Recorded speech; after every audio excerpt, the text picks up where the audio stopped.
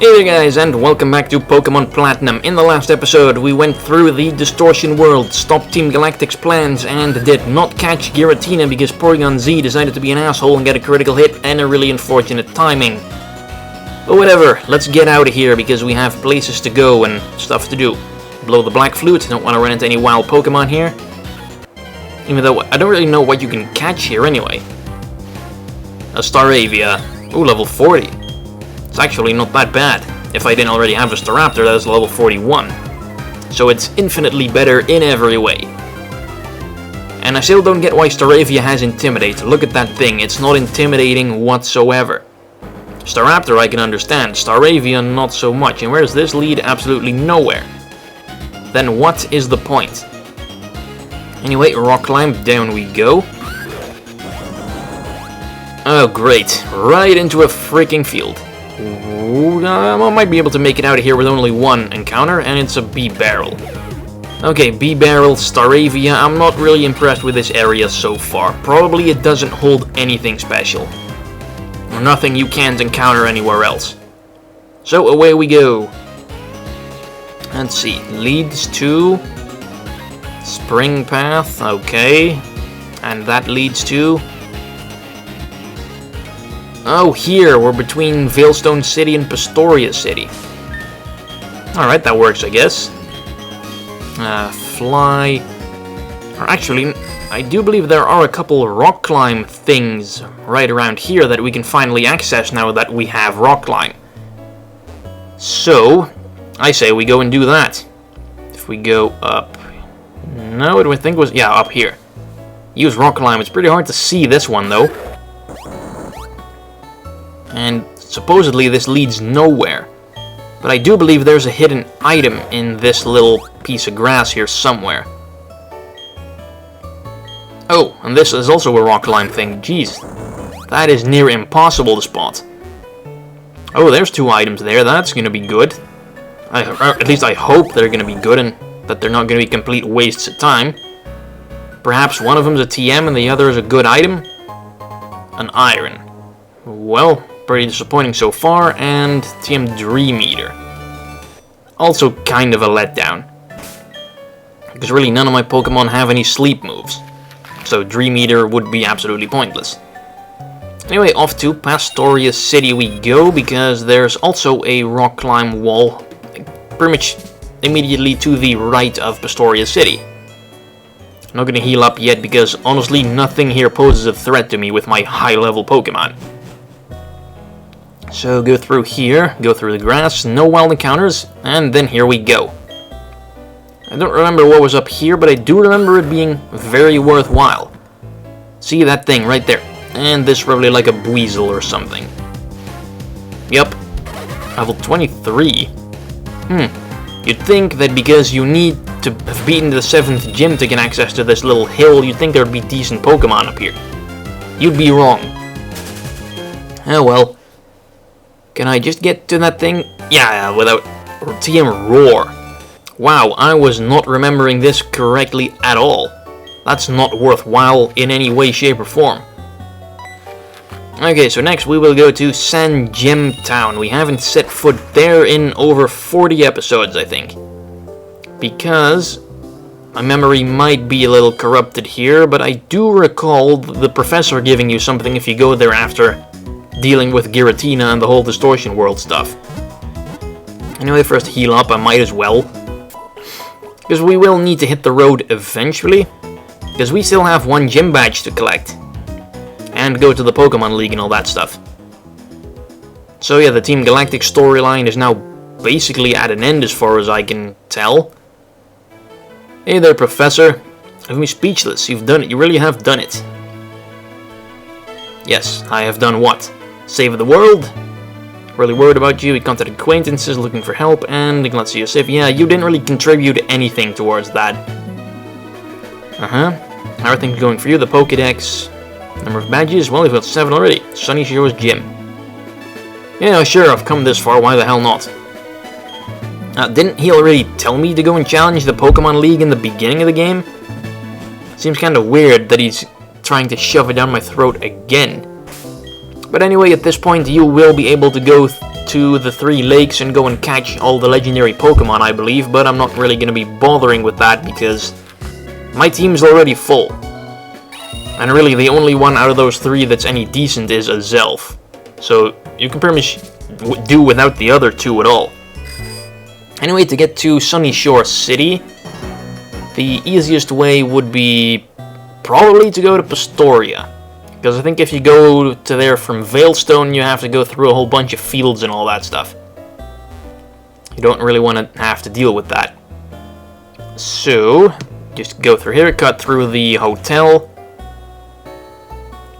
and then we can go on our way to Sunyshore. There's really not... Actually, I do believe there's a pretty decent path with a lot of trainers on it here. Lots of fishermen at least, because it's right next to the ocean. And this guy. Doldrums. What the freaking hell are Doldrums? Anyway, let's see what he... 1 Pokemon. Luxray. Oh, and he has lots of seals on it as well. Nice little effect. And it's pretty high level.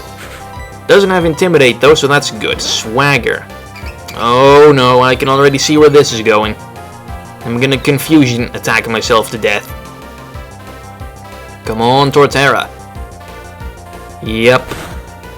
Oh, this is not going well already. Well, actually, I took that quite well, considering it's +2 and Crunch. Well, at least he doesn't have Ice Fang. That would deal with Torterra rather quickly. Come on, Earthquake. Yes. Alright, I'm guessing a one-hit KO, because Luxray is not the bulkiest thing out there. And I'm at +2, don't forget about that. If it's not a one-hit KO, oh, there we go, it is. I was going to be really surprised if it wasn't. Anyway, that will get me to level 42. Nifty. Do I get any new moves finally? No. It's been ages since Torterra tried to learn anything. Alright, moving on. Anyone else here? Just a big field. I think that's the only place in the game you can catch a Chatot, which is really a quite mediocre normal and flying type. That's not good in battles at all, but I guess if you want one, go right ahead and go and catch one. Time to battle some fishermen. With a... Really now? They really think that at this point in the game you need to be fighting Magikarps? I mean, come on, at least I get the special attack boost, not that that's necessary. I mean, if there's any way that a Magikarp can survive a Thunderbolt from a Porygon-Z, then I'd like to see it. Other than Focus Sash and stuff like that. Because that doesn't really count. See, horrible experience and... okay, I guess a Gyarados, that's worthwhile. That might get me to level 42, actually. If it doesn't outspeed and kill me first. Because as we've seen with the battle against Cyrus, Gyarados is very well capable of outspeeding Porygon-Z. Anyway, Thunderbolt should deal with him rather easily. Come on, come on, come on. Yep, there we go. Excellent. And level 42. Do I get any new moves? I think he tried to learn Discharge fairly recently, so yeah, I wasn't really expecting anything new. Alright, 1 fisherman down, there's like 5 more to go. So, let's see, I'm getting bored of fishing. Well, how can you not get bored of fishing? I've only done it once, and I found it so mind-numbingly boring that I never, ever, ever want to do it again. I mean, honestly, how is that the great big American pastime? Or is that baseball? Either baseball or fishing. Honestly, fishing is no fun. I'm pretty sure some of you have gone fishing eventually and probably share my opinion.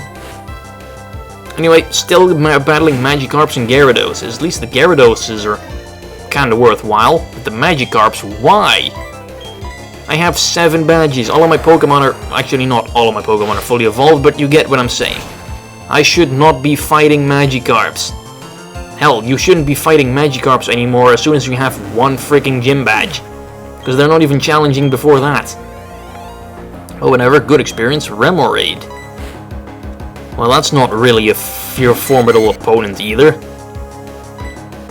Alright, just Psychic that real quick, because that's probably going to do it in anyway. No need to waste Thunderbolt PP. Because we might need that if any more Gyaradoses show up. They inevitably will, because that... Oh, and a Finneon. I don't think we've seen that one before. But yeah, it's a fish, water type. It's exceptionally crappy. Should not use that. Lumineon, its evolved form, is probably one of the worst fully evolved water types in the game. It can't do anything that isn't done better by any other water type. Just don't bother with Lumineon. It's just filler for the Pokédex, basically. Very well, I accept your challenge. And I shall kick your ass, especially if you're using Magikarps and more Magikarps. Okay, he's up for an ass whooping. Okay, I can understand if they give you one trainer with Magikarps here, but we haven't fought a guy that didn't have one yet. It's just preposterous. Anyway, down it goes, and again with the crappy experience.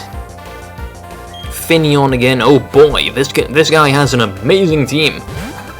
Actually, he should just have had a Lumineon. I mean, Lumineon is not hard to take down either. I think its best base stats are its like defenses, and those are just over 80, I believe. The rest is all below that. It's an exceptionally crappy fish Pokemon. And I believe, I recall reading about that they added Finneon and Lumineon basically at the last moment, because they kind of forgot to put a lot of new water types in this generation. Or at least any new fish. It's kind of true, I mean, there are a couple new water types like Dweezil and Shellos and all that stuff, but no new fish other than Finneon and Lumineon. So I guess they kind of did feel like, oh, we need to throw some fish in there, let's create some really crappy fish that no one's gonna want to use and no one's gonna remember, and let's call it a day, and that's basically what they did. Anyway, this guy will also have a Magikarp, I guarantee it. At least one. How many Pokemon does he have? 3. Oh, and he actually leads with a Gyarados. Okay, could we be seeing a Magikarp after that, or does this guy finally not have a Magikarp?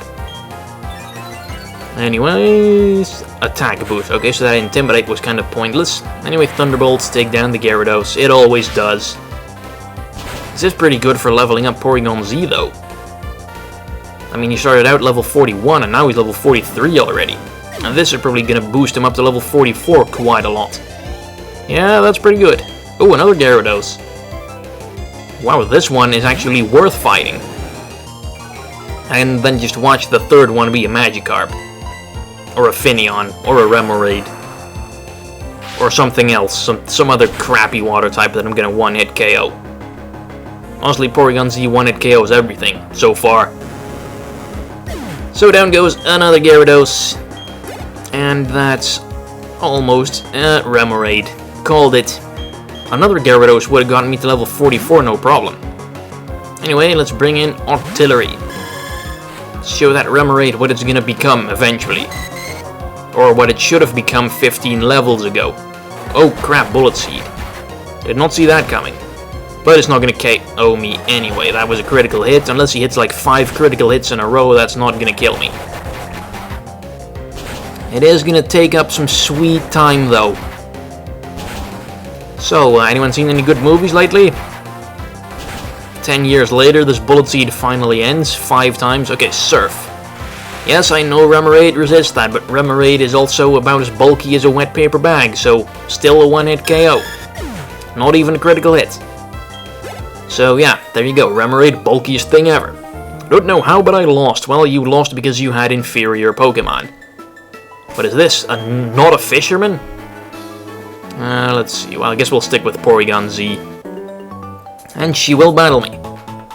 Listen, can you tell me what kind of Pokemon you have? Well, I'll show you. It's probably better than telling you.